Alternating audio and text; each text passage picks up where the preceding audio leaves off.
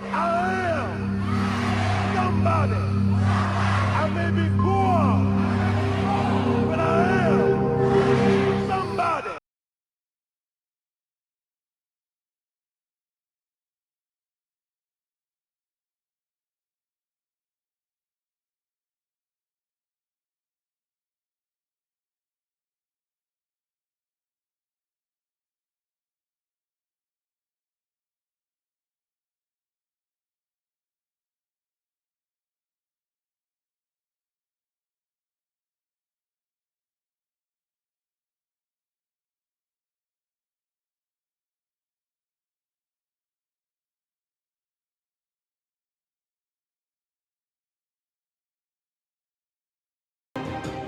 Good morning, lovers of justice and freedom. My name is Todd Yeary, and I am the Chief Administrative Officer of the Rainbow Push Coalition and Senior Pastor of the Douglas Memorial Community Church in Baltimore, Maryland. On behalf of our leader, Reverend Jesse Lewis Jackson Sr., I welcome you to this important conversation about the next steps on the journey toward justice and a more perfect union. On this past Tuesday, the 2020 federal election season in the United States officially came to a close. After record voter turnout, intense civic engagement, and voter outreach, even litigation to protect the essential civic right of access to the ballot, the final results from the Georgia runoff elections has settled the essential question of the balance of power in both chambers of Congress.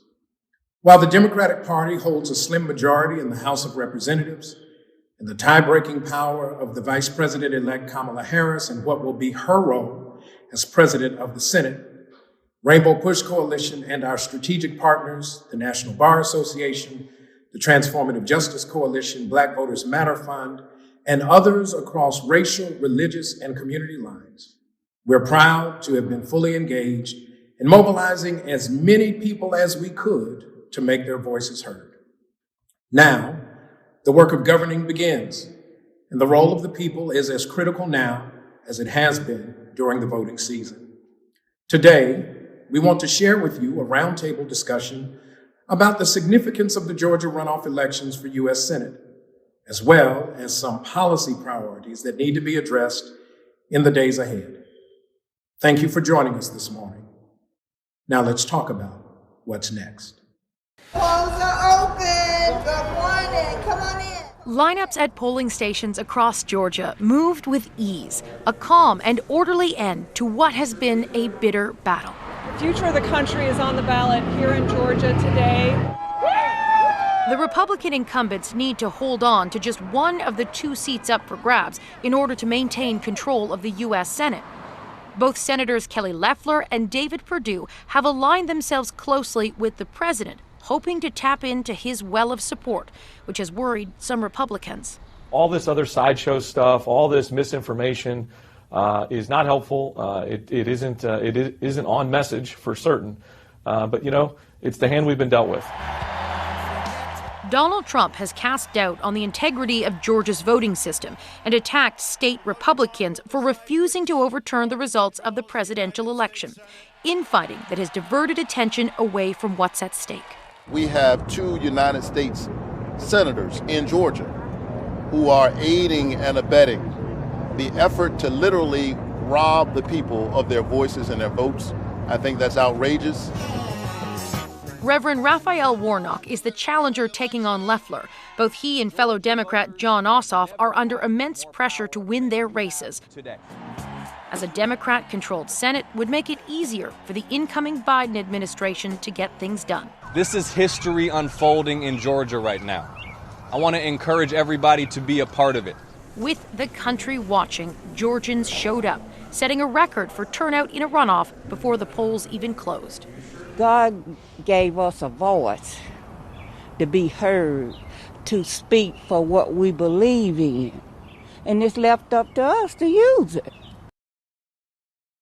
I'm Attorney Robert Patel, the Executive Director of the Southeast Region of the Rainbow Push Coalition, and we are recording this conversation directly after the Georgia Senate runoff elections with people who are on the ground and flipping the state of Georgia, making sure to protect the right to vote, ensuring that we have free and fair elections and having a more representative democracy in our country. By way of introduction, we have former Georgia State Representative, also the 2018 Democratic nominee for Secretary of State of the state of Georgia, Reverend D. Dawkins Hagler. Also joining us, we have President of the DeKalb County Democratic Party, organizer, also a former Marine, John Jackson. And also we have the 2020 Democratic nominee for Public Service Commissioner for the state of Georgia, who in the runoff election received over 2 million votes, Mr. Daniel Blackman. Daniel, thank you so much for joining us. And so I want to start right there with you, Daniel, and just articulate how proud we are of you, of the work that you put in, the number of votes that you got. Explain to us the process of running against someone who's a entrenched Republican, such as Bubba McDowell, running in a position which often does not get as much attention as the other races, Public Service Commissioner. What was the strategy and the method used for you campaigning in this race? Well, first of all, to D and to John and those who are watching, I didn't get here by myself. It's been a long road. We're still actually very much looking forward to the certification of the election first and foremost, but it's been a process that lasted for the past 4 years. Many people may know that I ran for the Public Service Commission in 2014. 2 years after that, we started building a statewide coalition. We looked at the work that statewide candidates like D had put in place. We looked at the work that DeKalb County put on the ground. And what we knew was that of the 159 counties in Georgia, when you get outside the metro Atlanta region, there are not that many DeKalb counties that exist. There are not that many areas that have the infrastructure to run and get Democrats elected.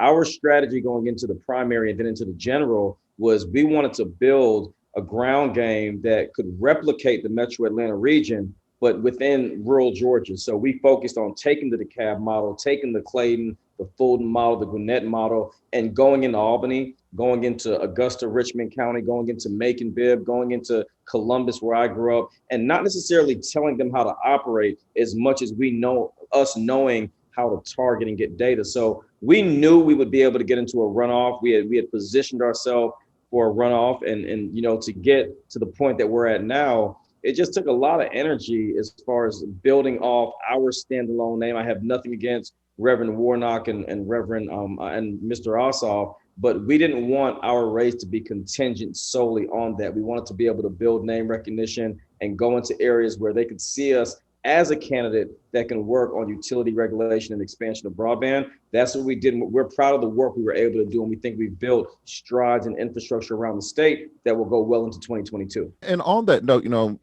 you're a native of Columbus, Georgia. I'm a native of Columbus, Right. Georgia.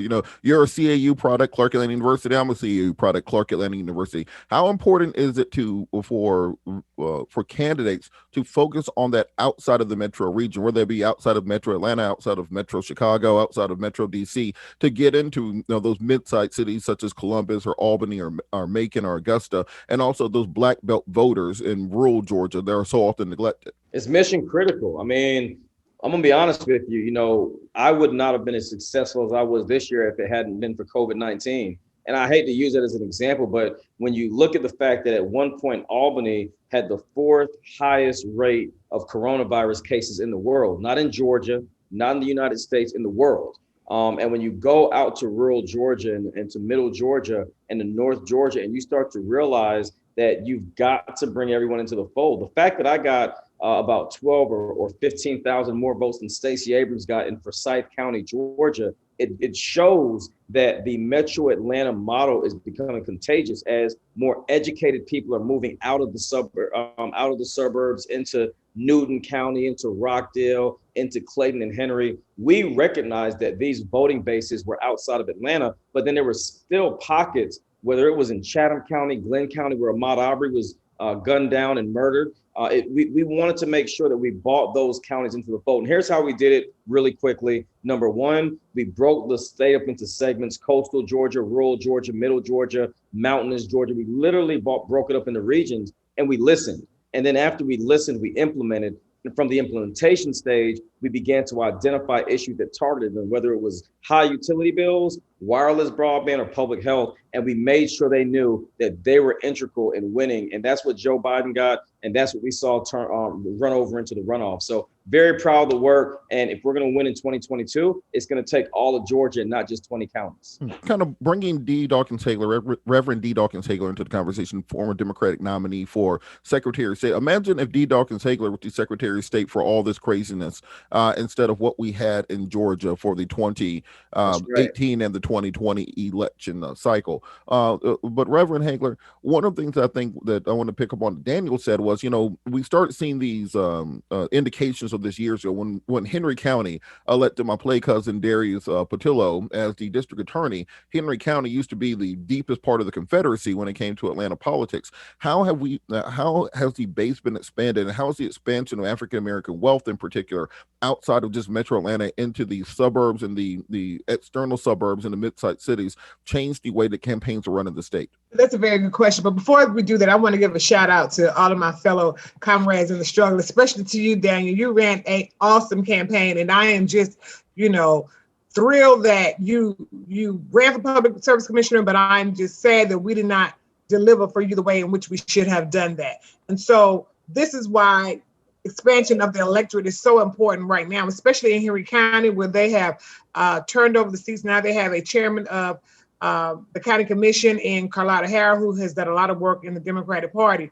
So what we have to do, Robert, is we have to equate dollars into votes, but not to pay for them, but to expand the electorate, meaning we have to bring people out and meet them where they are all at the same time. How do you do that? Well, you do that by engaging them. And politics, and even though you asked about Henry County, there is wealth in South Georgia and in Middle Georgia and all other, but there's also extreme poverty in some of these places. And so sometimes people just want to know that you care and that you're willing to come where they are and speak to them and talk to them. And so that's why for me, the rural strategy was important, because I'm from DeKalb. So I've been in DeKalb 20 plus years. Okay. DeKalb is always going to come through. That's what we do. We come through. We are the biggest voting bloc of Democrats in the state. We're going to come through every single time. But what we began to do in the state of Georgia was concede the rural areas to the Republicans, because basically that is where their largest numbers were. They always tried to demonize Atlanta. Anything outside of Atlanta, they considered just Georgia.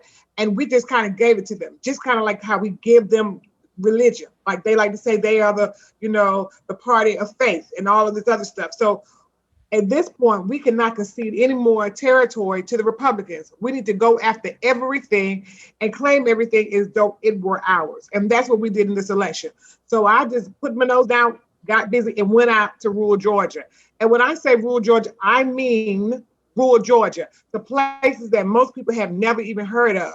I mean, Georgia is huge, 159 counties, 539 cities, but there are places that I didn't even know existed, and I ran the first time. For clarification, I wasn't the nominee, I was a candidate for Secretary of State. John Barrow was the nominee, and we'll talk about that later. But anyway, what we really have to do is look at how do we create a model that is effective across the board. And sometimes I'm gonna say this without getting myself in trouble. How do we engage others without being offensive to others, but at the same time say to the Democratic Party, what you're not going to do is take our votes for granted. What you're not going to do is tell us who's going to run. What you're not going to do is tell us what's acceptable. I don't want to have more than 2 or 3 Black people on the ticket at one time. That is absolutely ludicrous, because Black people deliver. So Black people should be able to say who's going to be on the ticket for everything from governor all the way down to sanitation worker, whatever it is. Black people in Georgia need to start setting the parameters for what this state is going to look like since we deliver all the votes. And I'm going to stop right there for now. I want to circle back around and bring President John Jackson, president of the DeKalb County Democratic Party, into the conversation, because there was a point in time on election night where the entire world was waiting on Glenwood Road, Memorial, Moreland, to tell us what will be the fate of healthcare, what will be the fate of child care, what will be the fate of student loans. And one of the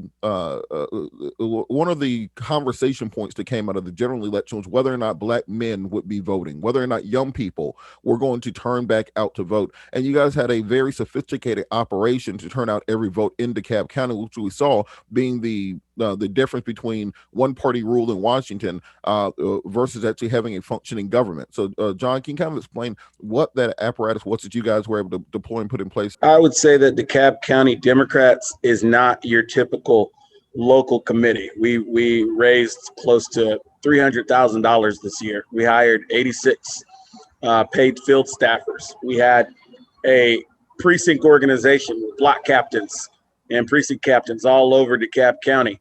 We emphasized field, but field wasn't our only thing. We had a strong communications digital program, and that is how more people in DeKalb County voted this year than ever before. I mean, it was a big part of it. We coordinated very well with the state party's coordinated campaign and other groups, and we just made sure we did not skip any portion of the county. Here's what I'll say about DeKalb County. DeKalb County can deliver you the state in a statewide race, but it cannot deliver you a legislative majority. It cannot deliver you the entire down ballot. It can deliver you a victory in a close election where it is close, and that little bit of turnout in South DeKalb makes the difference, that more turnout. And we turned out more voters on election day for the runoff than we did in the general. And we had a lot of new registered voters, a lot of them young people, some of them just new people, transplants. In North DeKalb, North DeKalb has become more Democratic because of transplants, more so than and so even North DeKalb is strongly reliable Democrat. You saw the candidates on the north side, which used to be reliable Republican, going 60-40 on November 3rd. Every part of DeKalb County is delivering lots of Democratic votes. We've worked just exceptionally hard to just engage and just put together a team that just puts their head down and does the work. And I'm exceptionally proud of the men and women who make up our committee. Going back to you, Daniel, one thing I thought was very important was the positive messaging coming from the campaigns, from the coordinated committees, where the one side of the aisle, for some reason, decided to focus on these insane culture wars that are going on, and the other side decided to focus very much on the bread and butter issues affecting the American people: jobs, justice, equal opportunity, the American dreams, criminal justice reform, energy equality, access to healthcare, so on and so forth. Can you explain how positive messaging was so effective in this campaign, up and down the ticket? I think it comes down to one thing. And when you look at the positive messaging, it's fatigue, right? Like the last 4 years, I don't care if you were a diehard Trump supporter or you're a diehard Democrat or progressive or you're libertarian or independent, folks were so politically, socially, and emotionally fatigued. And it came to a tipping point this year with Breonna Taylor, Ahmaud Arbery, and our brother, George Floyd. And what I mean by that is what happened this year, unlike so many other issues, was we were forced by quarantine for a significant portion of the year to be in the house. So many Americans that may, for instance, have been conservative, they didn't get to turn SEC football on. They had to watch these things happening in real time. And I think there was a space in 2020 where from, I'd say, March to right around June, where folks had to really, look at themselves in the mirror and say, you know what, there's some issues that are going on in this country that I've been acting as if it has nothing to do with me because it's not my kid. So then when you fast forward to the November election, with all the things people have been seeing, primarily on the racial justice side, I think people started to begin to see things differently. They started to see Trump for who he was. They started to see that bad behavior had been normalized. So by the time the messaging portion came on, health was a real issue because a lot of Americans lost their job, including white Americans, rural Americans, poor Americans. Folks lost their jobs. Justice, a lot of folks that were crying about, social justice issues being a liberal issue and being a a socialist issue, a lot of those folks that were losing their jobs, that were used to high paying jobs, they wanted economic justice. So I think the messaging was right on time with the climate that the country was in. And that's why I think their message it was tone deaf. And I'll say this in closing, 28,000 people that voted for Donald Trump in 2016 did not vote for Donald Trump. And we're talking about Georgia. 28,000 folks in Georgia that voted for Trump in 2016 did not vote for Trump in 2020, which means that those 12,000 votes that Biden won the state by, it could have easily gone either way. But because of the question that you just posed, folks were looking for a message of transparency and hope, and not one of division and a contrast that kept them in the economic conditions they were in. Going over to President John Jackson, a similar question. What do you think the effect of positive messaging had on mobilizing and energizing young people and African Americans, not simply being against something, but being for something? We're trying to inspire an American dream. I was brought on board the Warnock campaign to correct the narrative that he was anti-military. And, in the Black Belt, where you have all these military bases, which is the second most Democratic region of the state to Metro Atlanta, but it's also the most military heavy part of the state. That was really important that we put out a message of hope, a message of just healing the nation, that can inspire people. A Sunday sermon type message. When he got on the road, when Warnock got on the road and stumped, he was taking people to church, and that's a Southern tradition that unites people of all colors. And even people who aren't of the Christian faith, they like hearing a message of hope and inspiration.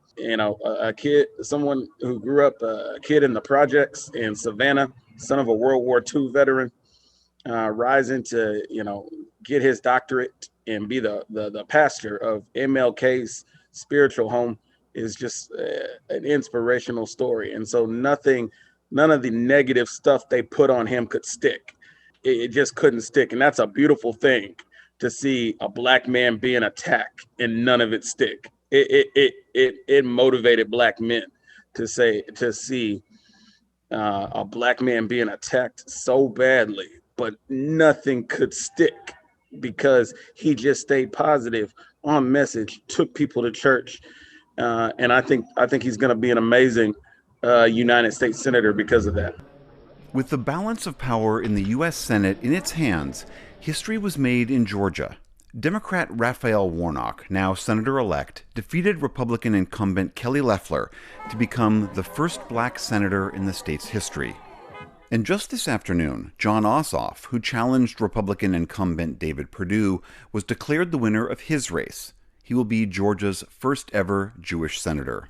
Warnock, who's a pastor at Ebenezer Baptist Church in Atlanta, celebrated his victory yesterday and his place in history. Because this is America. The 82-year-old hands that used to pick somebody else's cotton went to the polls and picked her youngest son to be a United States Senator. Gabriel Sterling, a top election official in Georgia and a Republican, spoke to reporters this morning. It was an impressive feat by whoever did it to get 100,000 people to show up on a January election who did not show up in a November election. It was the highest turnout for a Georgia runoff election on record. Suburban voters in the growing Atlanta metro area delivered the lion's share of votes to Democrats Ossoff and Warnock. And across the state, Black voters were key to their success. Former gubernatorial candidate Stacey Abrams has made Black voter turnout her focus. Years of organizing against voter suppression has increased access to marginalized voters and has transformed Georgia from a Republican stronghold to a competitive political battleground. Ossoff thanked Georgia voters for electing him. Whether you were for me or against me, I'll be for you in the U.S. Senate. I will serve all the people of the state. I will give everything I've got to ensuring that Georgia's interests are represented in the U.S. Senate. Can you talk a little bit about the effect of outside groups on the election? So a lot of attention goes to Fair Fight, that goes to New Georgia Project, goes to groups like Rainbow Push, the Deltas, who have been working throughout the state. How important was it to have this network, Black Voters Matter, of course, Transformative Justice Coalition, Georgia Coalition, the People Agenda? So many groups were out there on the road. So we had everything from Souls to the Polls with the Baptist ministers to Get Your Booty to the Polls with the strippers in Magic City. How important were those groups? And you just said it, they were very important, because what it did was it brought everyone together across the state, because everybody's in some group or another. I mean, it doesn't matter if you're in a fraternity, a sorority, a church member, an Eastern Star, Mason, Bikes of Club, whatever. Everybody belongs to something. And so when you see everyone working collectively together to accomplish one goal, it is a beautiful thing, because there is no way that any one person or any one group, any 2-3 groups could have covered the state in the way that we did unless everybody came together in such a massive way. But what I would like to say about this whole being positive is that, and John said it really good about hope. See, what people want to hear is the message that someone like Daniel had, and that is making sure that people have broadband. Because I know that even in the rural areas, when we were trying to get them to do door knocking, many of them had complications because they didn't have broadband to even work their cell phones to get a signal, or their smart pads or whatever, just to not show that they've knocked on certain doors. I mean, that's very important. Or they can't even get their homework done. I've seen many people when I was in rural Georgia that would just go to a McDonald's or one of the few places in town that may have internet service so that their children can do homework or so that they can apply for jobs. I mean, that is real. This is happening in Georgia. So what they heard from the candidates on our side was hope. Like, what will change our lives, whether that is living wages or access to quality, affordable health care, whatever it was that had to do with helping the entire whole of a family. That's what the Democrats brought to the table. So I think that also helped, because the past 4 years has been so negative. People are really tired and exhausted. And I think Daniel started like that, fatigued. I mean, it's just absolutely exhausting every day. And even with what happened at the U.S. Capitol, people are absolutely tired. And now some of the senators are trying to double it back. But you've already put it out there. You've already created a culture of violence and stupidity and ignorance, and now it's just steeped over into the United States Capitol where you reside. And they've brought all this foolishness into the United States Capitol, and now they got to try to clean it up. It's just a very disheartening. That's why I'm so glad that Raphael Warnock and John Ossoff are going to go. The cavalry's coming, and I just hope that President Biden and VP Kamala realize that help is on the way. And going back to I think one of the issues that many of us who have been in Georgia politics for a while have is Georgia has demographically been a purple state for 20 years. With the African American population, young person population, minority population, so on and so forth. But it took a fight to get through the Democratic Party itself, because you had to change the Democratic Party from the inside out before you could start having these candidates. There were a couple years there where pretty much the gubernatorial candidate and the senatorial candidate were just going to be whoever the next brown-haired white guy was, regardless of what the African American population demanded. So how did you, particularly working on the inside, work on changing the party over the course of the last 15 to 20 years in order to even be able to have candidates like Daniel Blackman and Raphael Warnock and yourself running statewide? Daniel could answer that better, because I don't think we really changed it. I think, I'm just gonna be honest with you. To be honest, when Daniel ran the first time, you had Jackson Carter on the ballot and Michelle Nunn, and that's really what we basically heard the entire time. And I think had they even focused on the Black people that were on the ballot, the 5 women and then the Black man, maybe it would have been, the trajectory would have changed then, being that we were purple.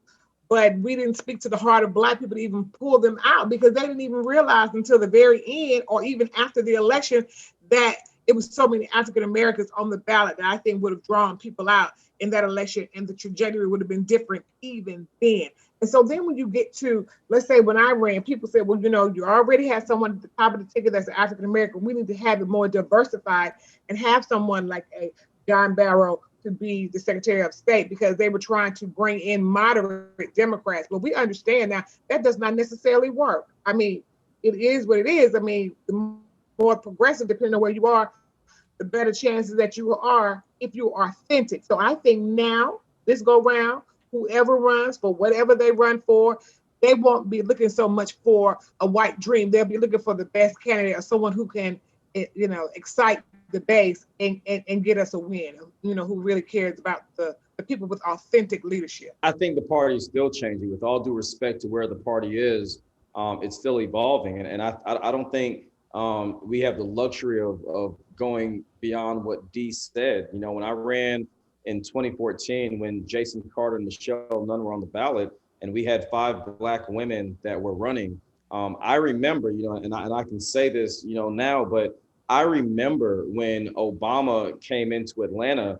And, many folks didn't feel that, it was popular to be around an unpopular Black president at that time. And I thought from that point, it was a really bad mistake, because what we were doing then was we were saying the leader of our party, Barack Hussein Obama, who had come into Atlanta, it was bad optics to be around an unpopular president that was still very popular amongst the Black voters, right? So what we did, just to kind of paint a picture, is in 2010, the Tea Party movement rose to power, and it made us reflect and shift to this sense of we have to only appeal to like the moderate Democrat and even the moderate Republican. Well, that model that had been in place, when you look at a D, when you look at, Valerie, who ran that year, and so many of our women that ran, we can't deny the fact that the highest registered but inactive population are our folks. So we have to be able to inspire. I know we keep using the word hope, but if our folks don't see hope, if folks in rural Georgia, which identified and resonated with myself and with Mr. Warnock, when they saw a Black man, they've seen Dee, they've seen Stacey Abrams, they see Keisha Lance Bottoms, they see Vice President-elect Harris. When they see a Black man, I'm 41 years old. When they see a young Black man coming down talking about utilities, talking about their grandma's light bill, talking about their children having high-speed internet, they begin to see themselves in the political process. And I don't say it in an arrogant way. I'm saying when you go into some of these rural areas and, John Ossoff or, Jason Carter, they're great candidates. But a lot of times in these areas, if there's an identification barrier, what happens is those individuals may not be as excited, even though those candidates may have the answers and the solution. So I think what we did differently this time, and what I would hope the Democrats do in the next 2 years leading up to the 2020 midterm elections, is work on building coalitions and infrastructures based on where we're targeting. We cannot go into areas in an election season and expect everybody to just jump out because we're on the ballot. We got to start now, right? Literally, and I've said this for the last 6 weeks of my campaign. The real work begins on January 6th, regardless of what happens. And I'm happy we have 2 United States senators coming out of Georgia, but the real work begins this year with the municipal elections. Folks in Metro Atlanta have to show the people in rural Georgia that we're with you on your local elections. And then when we do that for the next 2 years, we won't have to go all the way back down to Albany and Augusta and Columbus and Macon and Savannah and then re-ask those people. If we're building that coalition now and we're showing people that we're willing to show up, if Daniel Blackman can go back down and say, hey, whether I hit the mark or not at the Public Service Commission, I'm still concerned about your high utility bill. I'm still concerned about your kids not having access to the internet. What happens in 2 years when Stacey or whoever decides to run for statewide office gets back on the ballot is they remember that Democrats didn't forget them. And that is what's going to take us beyond and get back these statewide constitutional offices. And I want to be a part of that conversation. I think we have a really good opportunity to make some change for a long time in Georgia. The notion that being white and a Republican with a D in front of your name makes you more electable defies common sense to me. It's like we're forgetting who the last statewide electeds, Democratic statewide electeds are. We're forgetting Michael Thurman and Herbert Baker were the last Democratic statewide electeds. The reality is being Black makes you more electable statewide because that's the majority of who you need to turn out all over the state. In the Black Belt in South Georgia, that's who you need to turn out. And if you're a white person who's really about democratic values, you don't care what color your candidate is. That's what we're seeing. If you're a real Democrat amongst the white population, if you're a real Democrat to begin with, you want your health care, you want the environment to be clean. If you ain't going to go for the far right fascism, neo-Nazi stuff that they're on, if you're really a white Democrat. I've been involved with the party long enough to see a shift. When I first got super involved, we were in a midterm cycle where the black vote was an afterthought for the top of the ticket with Michelle Nunn and Jason Carter. And I like Jason and I like Michelle. They're cool people, but they ran a very flawed strategy, an outdated strategy. It was a 1992 Bill Clinton type of strategy. And the white coalition that voted for Bill Clinton, they now wear MAGA hats. They've shifted, and you're not going to get those people back. But the good thing is Georgia is not West Virginia. It's not Kentucky. We are way more diverse than those states. So you don't have to get those voters. That doesn't mean we're not going to get some of those voters, but you don't have to, because you got a state that's half non-white pretty much. And it's a state that has a lot of young people, and even amongst the white folks, you got transplants from up north who are Democrats. That's what's changed North Atlanta. If you think about why North Atlanta has flipped blue, when I'm talking about East Cobb, North Fulton, North DeKalb, it's because you've got all these transplants.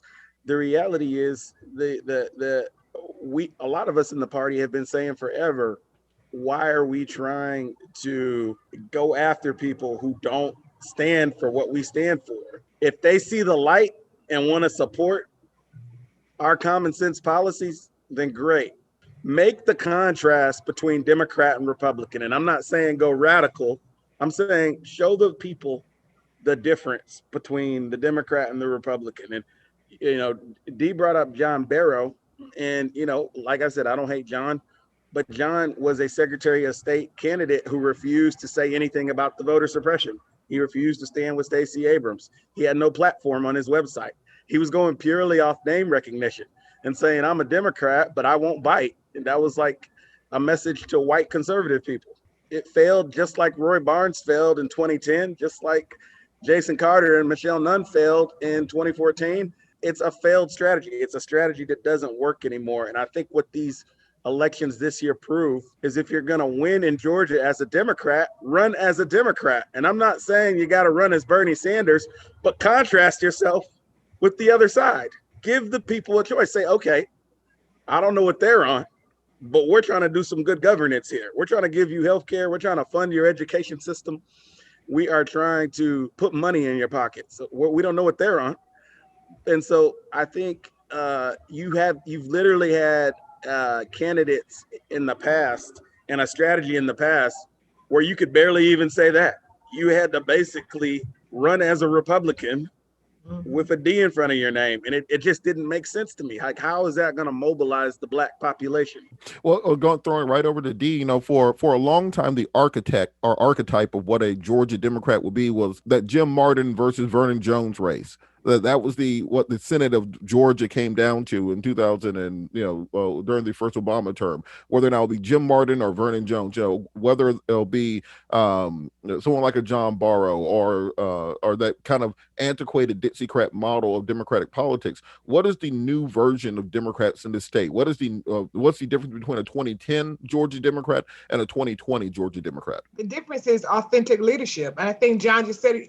We don't have to pretend like we are Republicans or that we're moderate. We just can give our message. Now, this doesn't mean that some Democrats can't be moderate if they're genuinely moderate, but, because you may be, conservative like a David Scott. I don't know. But I know that for me, I'm looking for someone who is going to get in there and fight for the things that I believe in. And sometimes we can see way too much ground as Democrats. It's like, we don't understand who and what we are. We let everyone else define us, especially the Republicans. And we run away from certain code words. Like some people just wanted to panic when Kelly Loeffler was calling Reverend Warnock radical liberal. But to me, I was like, okay, you can call me a radical liberal. And it didn't faze me at all because I would take that as a badge of honor. Do you understand? So, what he should have, he couldn't do it. But for those of us who are on the outside, like you and myself, and every time she called him a radical liberal, we might call her KKK Kelly. I mean, you got to come back at them the same way they try to come at you. We cannot be so meek now.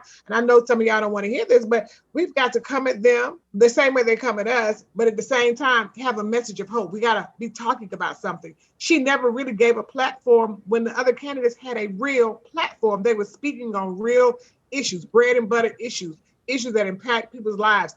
I can't tell you anything they said, other than trying to coin people as, socialists and the socialist agenda and the ones who would save America. We've got to be the ones who are genuine and authentic in what we say and do, and not worry about what other people think about us. For instance, I don't really get caught up in personalities. There are a lot of people I may not necessarily want to go hang out with, but I'm still going to support them if they're on the ballot, especially if I know that they're doing the work and they are genuine in their leadership. The problem with Democrats is we want to fall in love with people. You don't need to fall in love with people.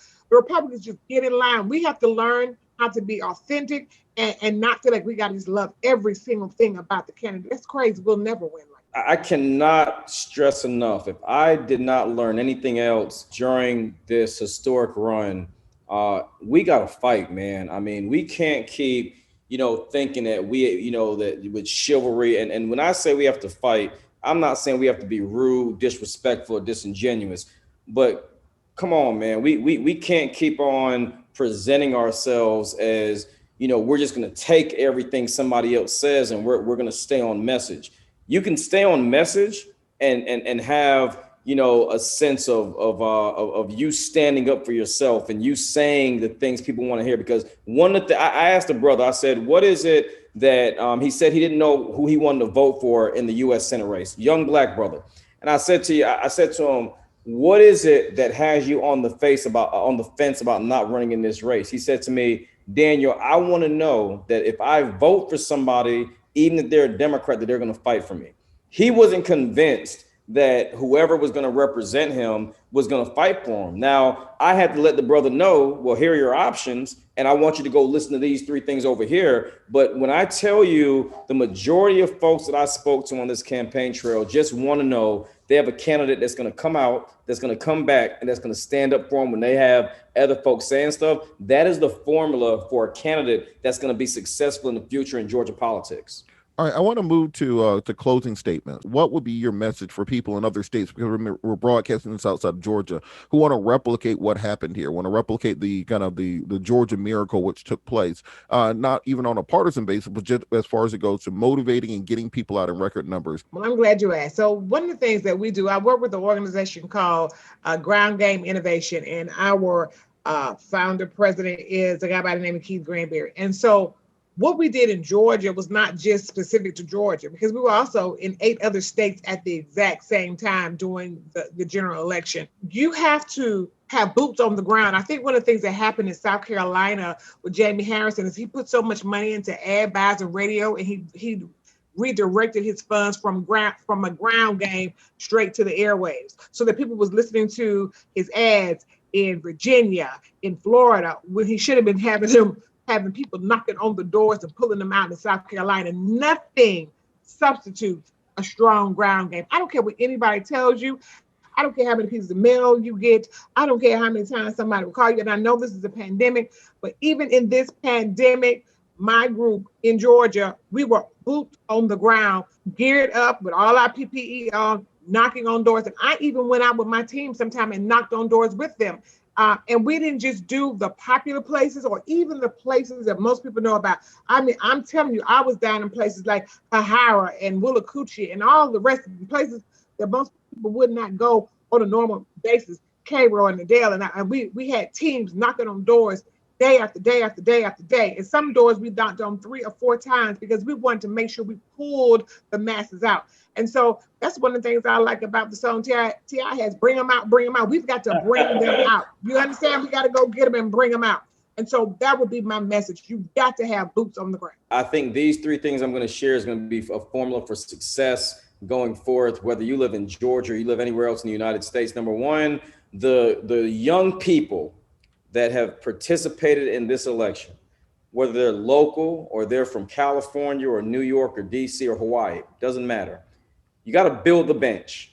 And I cannot stress this enough. The young men and women that volunteered in this election cycle, some who voted for the first time, we got to start training them now to be field directors, to measure data, to be campaign managers, to be deputy campaign managers.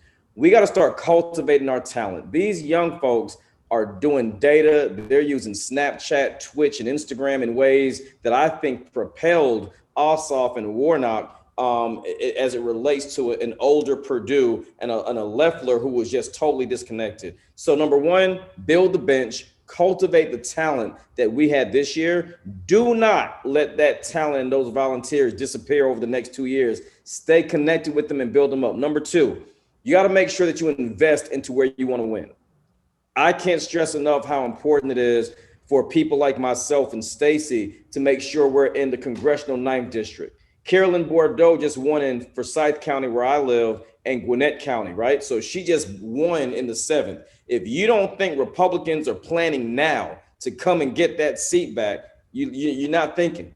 And we can't concede the 7th, because now that we have the 4th and the 5th and the 7th, now we start to replicate those models. In the 6th, where Lucy McBath is. So we have to start making sure we're expanding our boundaries by investing into where we want to win. If we know that we can win the governor's race in Georgia and in Florida, we got to make sure we're sending the resources, whether it's people on the ground if we're past Corona, or if it's people phone banking and writing postcards and doing stuff on social media. Those three things alone, in my opinion, would give us a tremendous advantage going into the midterm elections. And I think Democrats are going to surprise a lot of people around the country. Thank you so much, Daniel. I know you're so right about that point about building the bench, because I remember when we were those rugrats running around all those campaigns in Georgia, sneaking around the Capitol and Sine Die.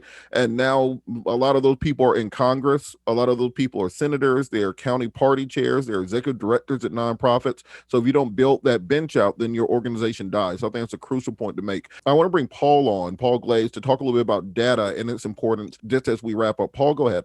It's important, I think, to call attention to the fact that, when we were talking about registering new voters for this runoff election, we'd set an ambitious goal, and I believe the number finally registered was 76,000.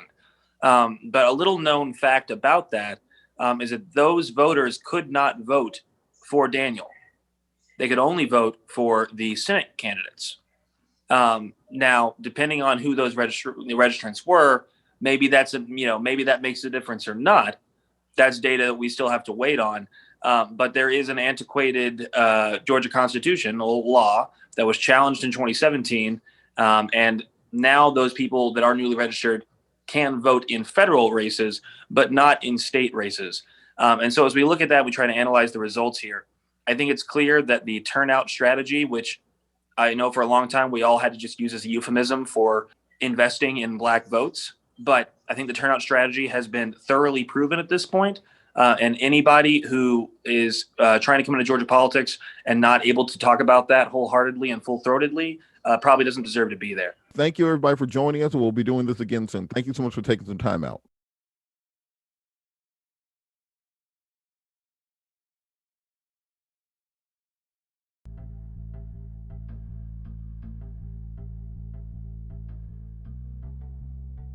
Right here, we're going to walk down to the Capitol.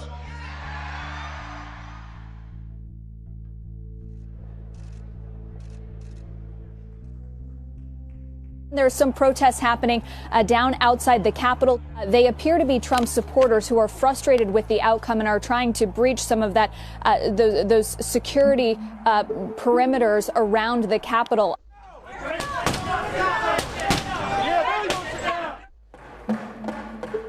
And we'll stand in recess until the call of the chair. We'll pause. Protesters are in the building. Thank you. We have visual evidence that some protesters have made it inside the Capitol building, around the security, and are gathering around the area where the Senate was in session. From the president, please support our Capitol Police and law enforcement. They are truly on the side of our country. Stay peaceful. Right over here, you can actually see right here, this is a caravan of vehicles from the Metropolitan Police Department. So this is not Capitol Police, this is not National Guard, this is District of Columbia Police. They came in their riot gear and entered the Capitol. We have seen others from the National Guard and other law enforcement agencies. And then in just the last few minutes, we also have seen some snipers. I call on this mob to pull back and allow the work of democracy to go forward. I call on President Trump to go on national television now to fulfill his oath and defend the Constitution and demand an end to this siege. The Capitol building has been cleared. Now they're working to clear the Capitol grounds. And as I reported just a moment ago, Associated Press now reporting and NBC News reporting that the police have used tear gas and percussion grenades to begin clearing protesters from the U.S. Capitol. There was a shooting at the Capitol today, and that in fact the shooting victim has died. The account of Donald Trump will be locked for 12 hours following the removal of the tweets that Twitter deemed incite violence. If the tweets are not removed, the account will remain locked.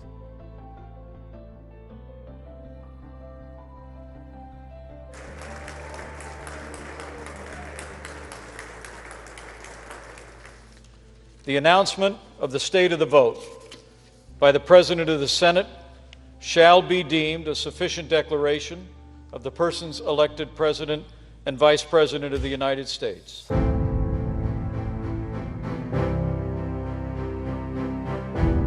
So here we are, time to roll up our sleeves and get to doing the people's business. The attempts to discourage and deny access to the ballot box have failed. The efforts to manipulate state and federal courts to endorse specious, unfounded claims of rampant voter fraud in mostly Black and brown communities in swing states that voted for Democratic candidates have withered like dry dandelions in an early summer sun. While we celebrate the election of the first African-American U.S. Senator from Georgia, my predecessor and friend, Senator-elect Reverend Dr. Raphael Warnock, and the first elected Jewish senator from Georgia, Senator-elect John Ossoff, we recognize that victories that are only symbolic are of little benefit. These times call for a moral, economic, social, and political agenda that advances human dignity as a human right. As if there were a reminder of the sacrifices of Goodman, Schwerner, and Cheney, 2 Jews and a Black man during Freedom Summer, the winter of 2020-21 has leveraged the influence of the ancestral oversight of these martyrs and others who have joined the great cloud of witnesses.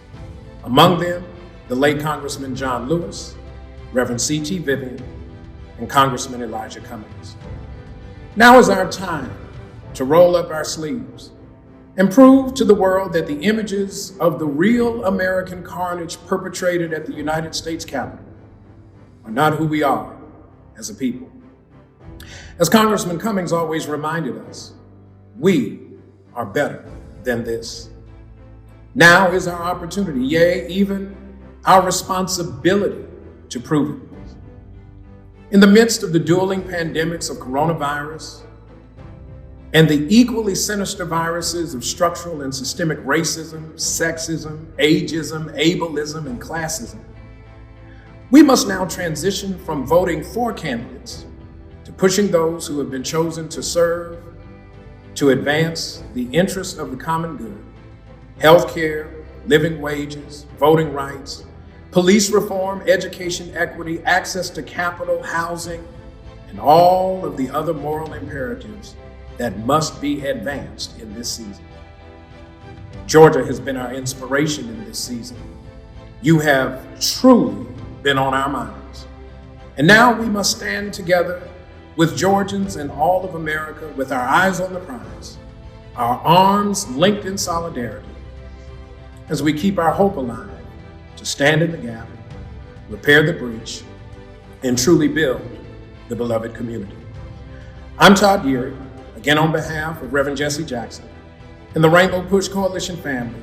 Thank you for lifting your voices and your votes. Now, let's put on our shoes and go to work. God bless you.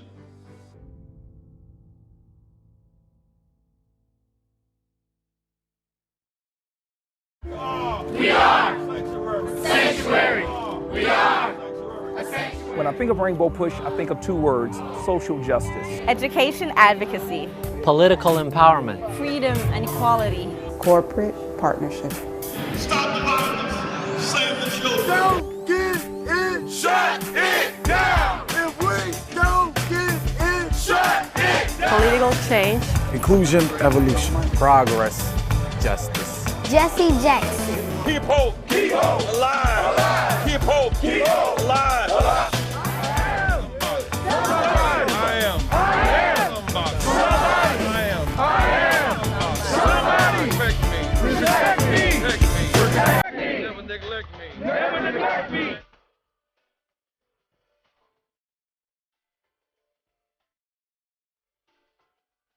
We want to be bridges to end these cultural gaps.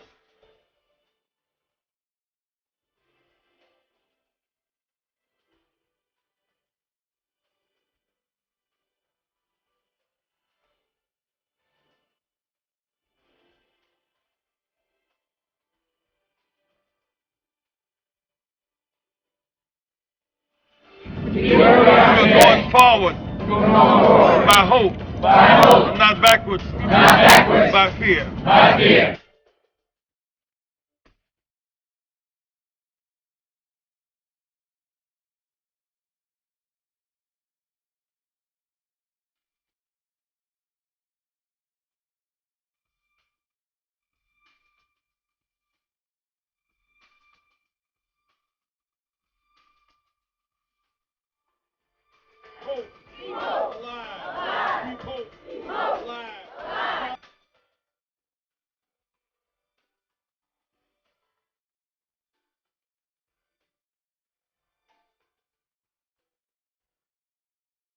Dr. Kim, I went to jail with a group of 7 students, July 17, 1960, almost 60 years ago. We never stopped moving. I lost a few of jail cells and death. We never stopped moving.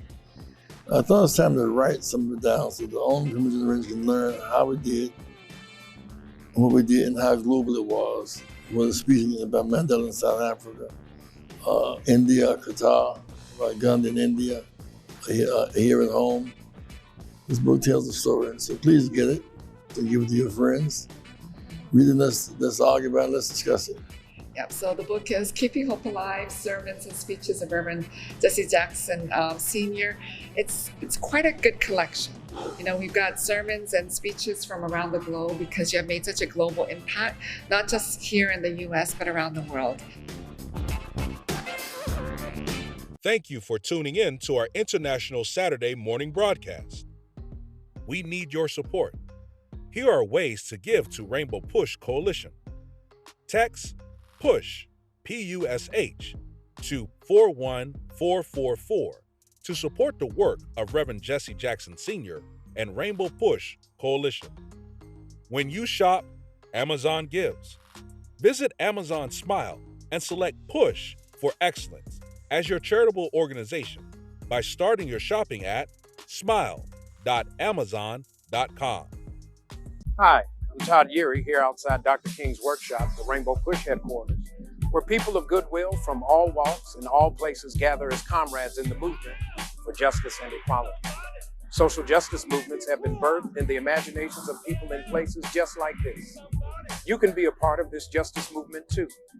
Join Rainbow Push as we fight for justice in the 21st century. Go to rainbowpush.org or dial 773-FREEDOM and remember, keep hope alive. Get involved with the movement.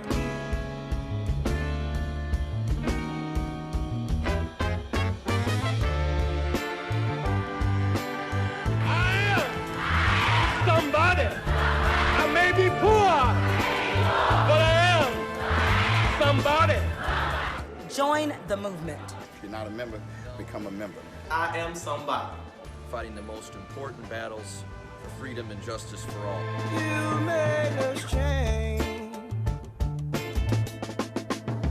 Oh, trying to bring closer. Join Rainbow Push.